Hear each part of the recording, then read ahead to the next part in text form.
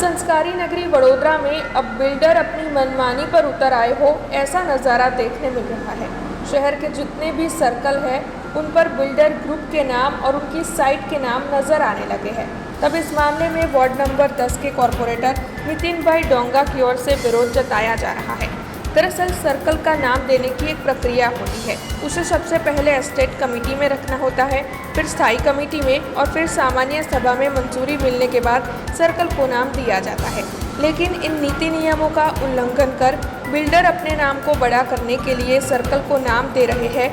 ऐसा मामला ward number 10 के कॉरपोरेटर नितिन भाई डोंगा की ओर से सामने लाया गया है। इस मामले में वार्ड नंबर 10 के कॉरपोरेटर नितिन भाई डोंगा पालिका के अधिकारियों पर और बिल्डरों पर कई आरोप लगा रहे हैं।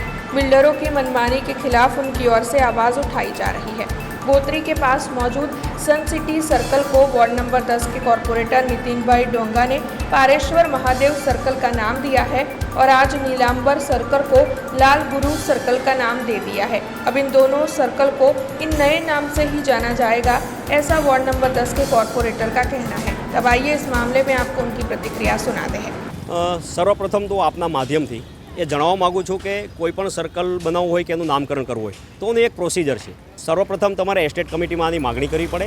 એસ્ટેટ કમિટી એને મંજૂર કરીને સ્ટેન્ડિંગ કમિટીમાં મોકલે, સ્ટેન્ડિંગ કમિટી એને મંજૂર કરી અને સામાન્ય સભામાં મોકલે અને સામાન્ય સભા એને મંજૂરી આપે, ત્યારબાદ જ તમે સર્કલ અને એનું નામકરણ કરી શકતા હો છો।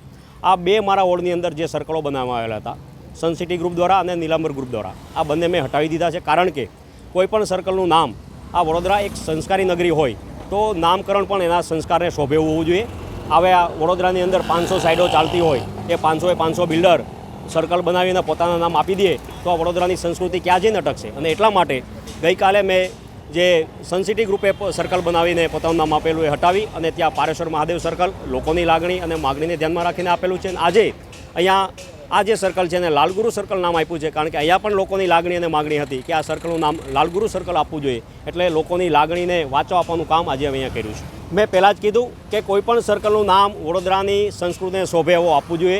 કોઈ મહાન વિભૂતિના નામ આપો, કોઈ ધાર્મિક નામ આપો, કોઈ સંતોના નામ આપો કે તમે કોઈ ભગવાનના નામ આપો, એવા કોઈ નામ ના આપો કે જેમાં પોતાનો અંગત સ્વાર્થ હોય।